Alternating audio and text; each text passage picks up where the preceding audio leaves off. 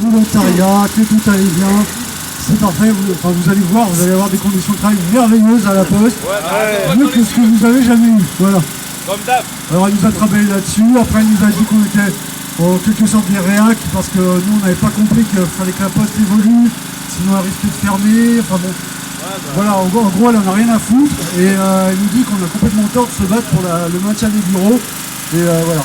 Donc là, il y a Saint-Gratien qui ferme, Fos, Luzarches, Daumont, et puis après attendez-vous à la suite aussi, hein, parce qu'ils avaient commencé aussi avec le centre de tri, ils ont continué avec Herblay.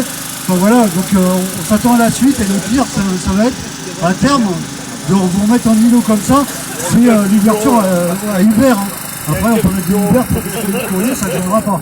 Et ce qu'ils font déjà plus ou moins au colis, hein, avec des loigeurs, avec des boîtes qui sont traitées comme de la merde pour distribuer les colis. Donc à mon sens, là, ça faut pas laisser passer. Faut vraiment qu'on arrive à s'organiser un peu plus. Hein. C'est pour ça qu'on avait l'idée de la G de grévistes. Alors bien sûr, on n'est pas aussi nombreux qu'on voudrait, mais il faut qu'on se dise que c'est un début. Et après, dans chacun de nos bureaux, il va falloir qu'on continue à calmer les collègues, qu'ils arrêtent de croire que ça va être mieux pour eux, qu'ils vont tous avoir des promotions, c'est des conneries. La hein. quenelle. Parce que là, la boîte, elle arrête pas de dire à tout le monde qu'il va y avoir un droit, grosse quenelle. un machin. Il n'y a que dalle.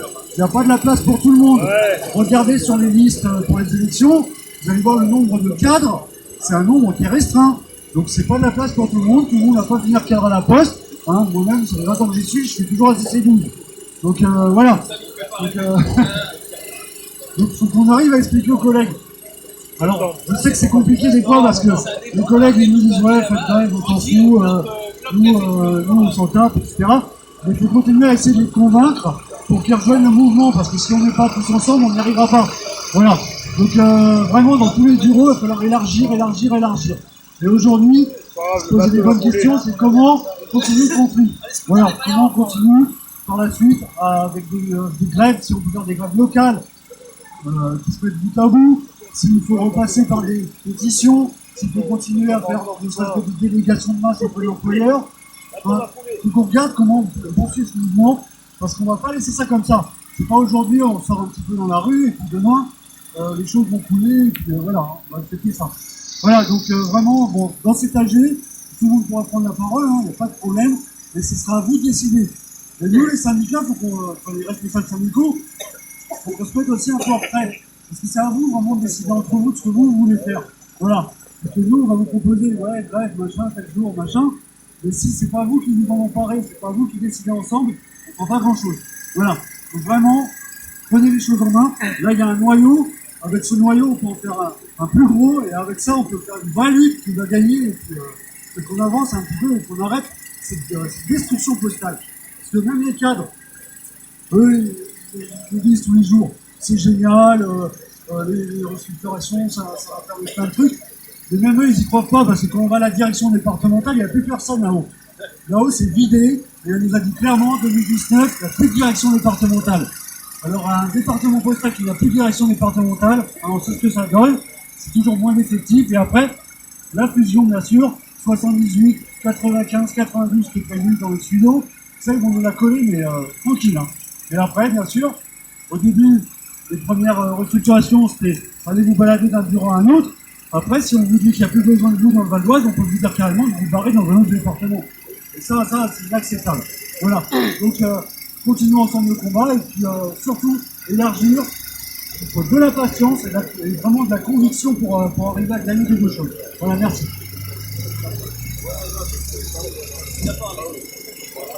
Bon, ça va aller, franchement.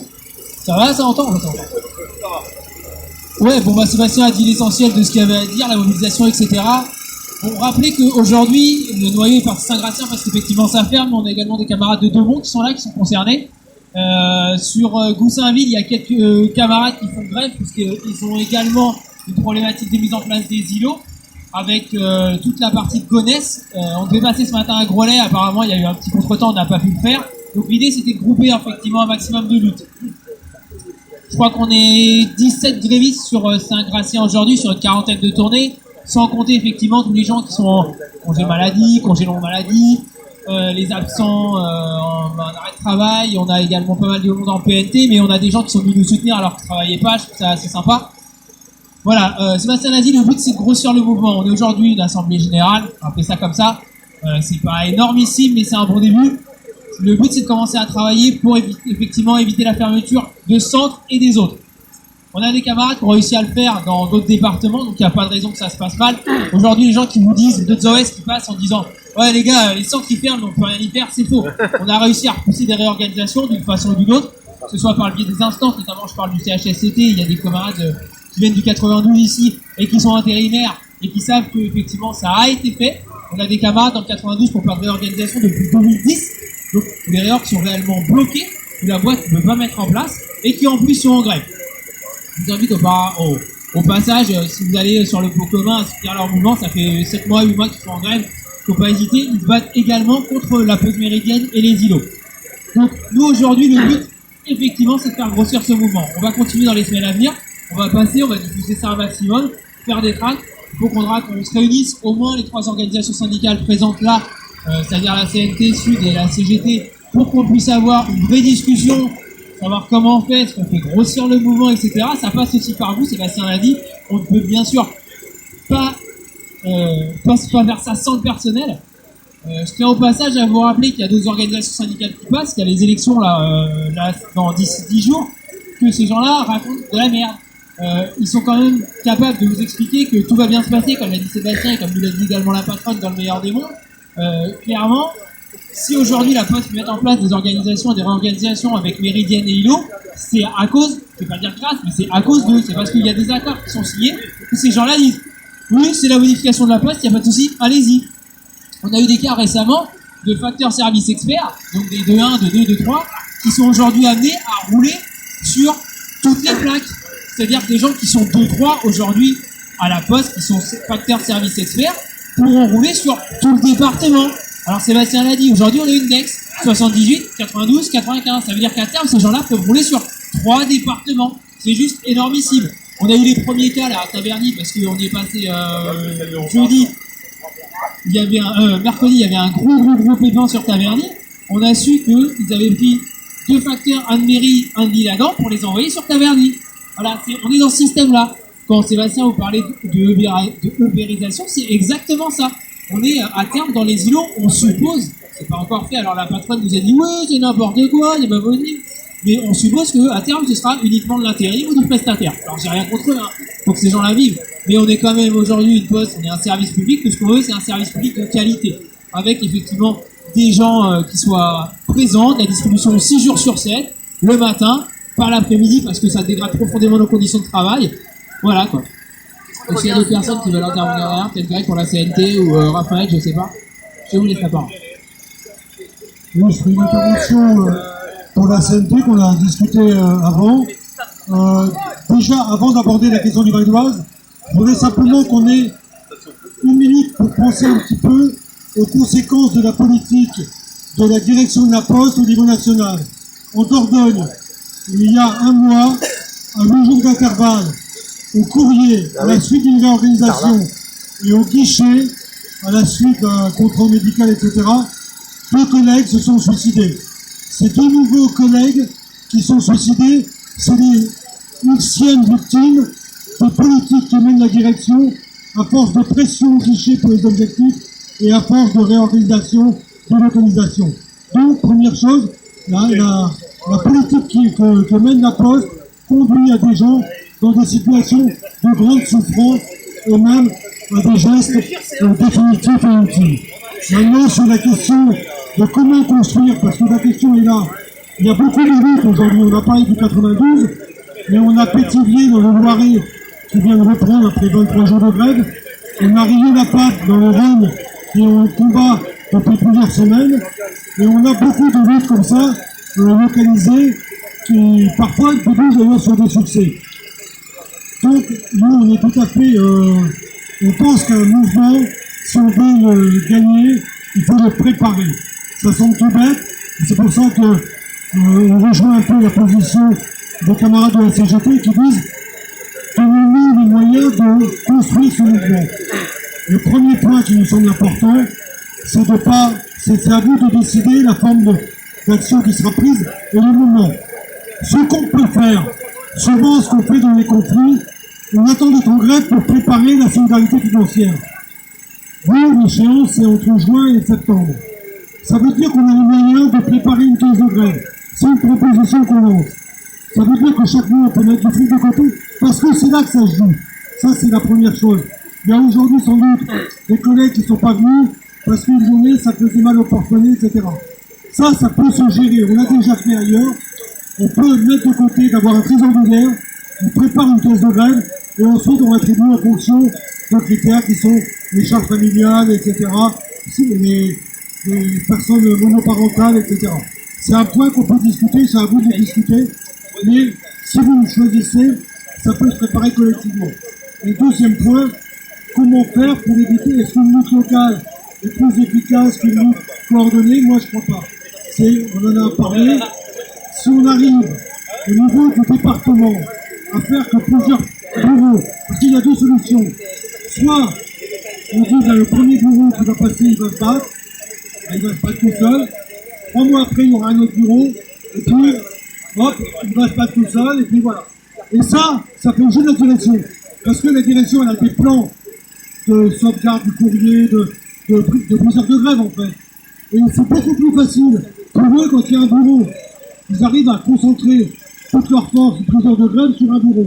S'il y a plusieurs bureaux qui entrent en conflit en même temps, c'est un peu plus compliqué. Ça ne veut pas dire qu'on va gagner, mais ça veut dire que c'est peut-être un peu plus compliqué pour la boîte pour nous faire mettre à genoux. Voilà, c'est les deux idées. Comment préparer une grève un peu coordonnée et préparer financièrement la résistance. Voilà. Je ne reviens pas sur la méridienne et les îlots. Mais les îlots, si vous réfléchissez bien, c'est ce qui s'est passé dans l'industrie. C'est-à-dire qu'aujourd'hui, chacun est possesseur de son travail, de A à Z. Il prépare sa tournée, il connaît les réalités physiques, les immeubles, les pavillons, les problèmes, les chiens, les machins. Il prépare de A à Z sa tournée. Avec les îlots, c'est terminé. On est dans l'ère industrielle. Il y en a qui préparent, il y en a qui distribuent 6 heures de l'heure. Voilà. Et ça, c'est une aggravation. Voilà, terminé. Mais j'insiste, discutez entre vous, c'est à vous de décider. Et nous, on pourra coordonner, agir, mais penser à préparer financièrement, ça me semble fondamental. Il y a des gens qu'on peut gagner, si on leur dit, on pourra assurer, il y a eu par exemple un conflit dans les sols. Ils étaient moins nombreux. Ils étaient ici, en fait, un petit bureau. Ils ont pris très longtemps grâce à la solidarité financière. Ah oui.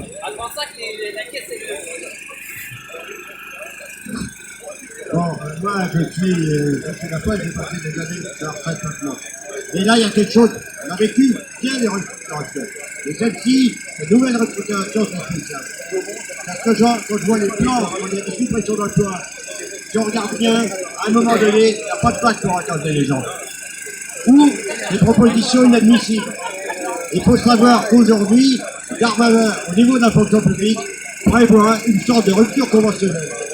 Ça veut dire que maintenant, on va faire des propositions qui seront tellement inacceptables aux gens quand on va les regarder, la troisième proposition, qu'ils n'auront pas d'autre moyen, les fonctionnaires, que de demander la rupture conventionnelle.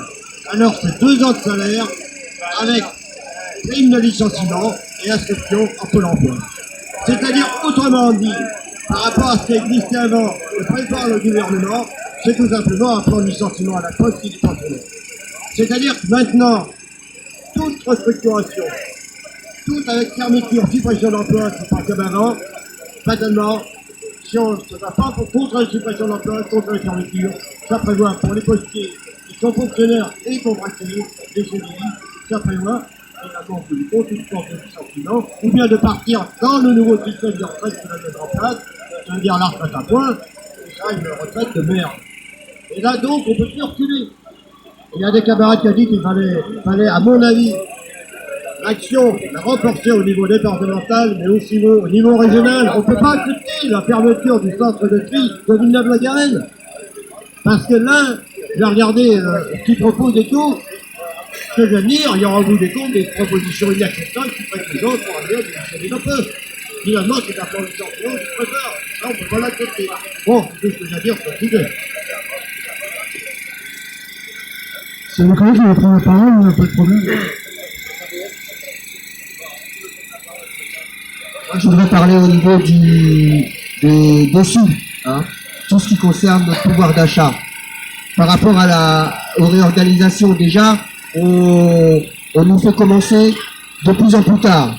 Donc, on a eu une perte de 3 € au niveau de nos primes de panier.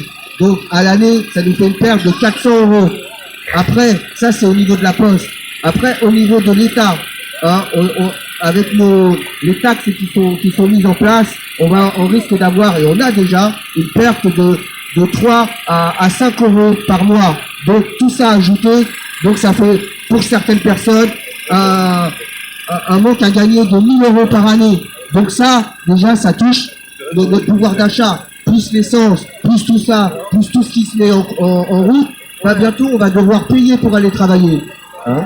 Donc ça, c'est une difficulté sociale. C'est la fracture sociale qui commence à arriver. Donc si on commence à laisser l'État et plus nos employeurs nous prendre notre pouvoir d'achat, eh ben, qu'est-ce qu'on va faire? On pourra plus chauffer, on pourra plus manger, on pourra plus aider nos enfants, comme on le dit, hein, nos parents, etc. Voilà, c'est ce que je voulais vous dire. Ouais.